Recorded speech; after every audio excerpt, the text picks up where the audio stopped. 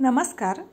आज आपण उपवासाचे अगदी पौष्टिक आणि गुळ खोबऱ्याचे म्हणजे सुक्या खोबऱ्याचे लाडू बनवतोय। अत्यंत चविष्ट आणि हे रुचकर लाडू लागतात, खूप छान होतात। इझिली अगदी 2 साहित्यामध्ये हे लाडू बनतात। तर आपण येणाऱ्या उपवासासाठी म्हणा किंवा आपण आवडीने सुद्धा हे लाडू खाऊ शकतो। तर चला पटापट बनवायला सुरुवात करूया। हे आहे खोबरं, म्हणजे खोबऱ्याच्या वाट्या मी काप करून भाजून घेतलेल्या आहेत आणि मिक्सरला बारीक करून घेतलेलं आहे। तुम्ही खोबरं किसून सुद्धा घेऊ शकता। तर मी भाजून घेतलं आणि मिक्सरला बारीक करून घेतलं। तर इथे कढईमध्ये तूप न घालता, तूप वापरायचं नाहीये आणि मी डायरेक्ट गूळ घातलेला आहे कापून। तर आधीच गूळ कापून ठेवला होता म्हणून तो जास्त नरम आहे। तर गूळ तुमच्या आवडीप्रमाणे तुम्ही कुठलाही घेऊ शकता। हा जरासा व्हाईट आहे, जरा लालसर असेल तरी सुद्धा चालेल। गुळाच्या जागेवर साखर जर वापरायची असेल ती वापरली तरी सुद्धा चालेल, पण जर गूळ वापरला तर आपल्या लाडूला चव ही खूप भन्नाट आणि अप्रतिम येईल। तर आपला गूळ वितळत चाललेला आहे। तर इथे फक्त मी गूळ खोबऱ्याचे लाडू करणार आहे, ड्रायफ्रूट घालणार नाही आहे।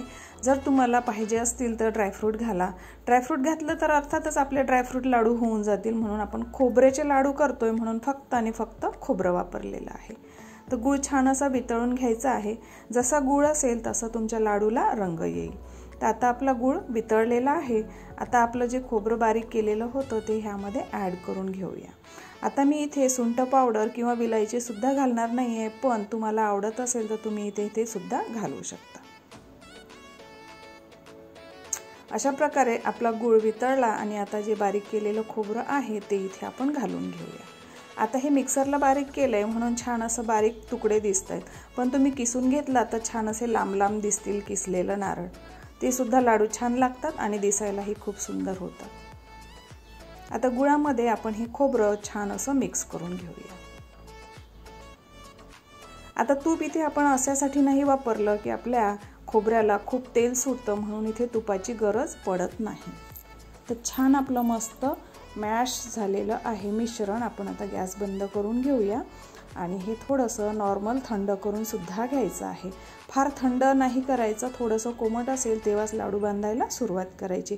लाडू बांधायला सुद्धा फार वेळ लागत नाही आणि त्रासही होत नाही, पटापट हे लाडू बांधले जातात।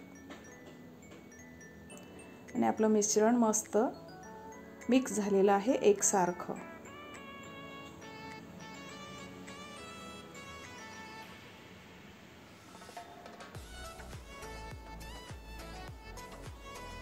आता इथे तुम्ही गूळ घातला नाही, साखर जर घालायची असेल तर साखरेचा सुद्धा सेम प्रोसेस तुम्ही करू शकता। साखर वितळून घ्यायची आणि मग खोबरं टाकायचं। तर चला आता आपण पटापट लाडू बांधायला सुरुवात करूया। मी एकाच मुठीने लाडू बांधते तर माझे लाडू मग एकसारख्या मापाचे होतात किंवा एकसारख्या साईजचे होतात। हीच पद्धत 2 हातांनी केली तरी सुद्धा चालेल। तर अशा प्रकारे आपले सर्व लाडू बांधून झालेले आहेत। उपवासाचे म्हणा किंवा हेल्दी म्हणा, पौष्टिक लाडू आपले तयार आहेत खाण्यासाठी।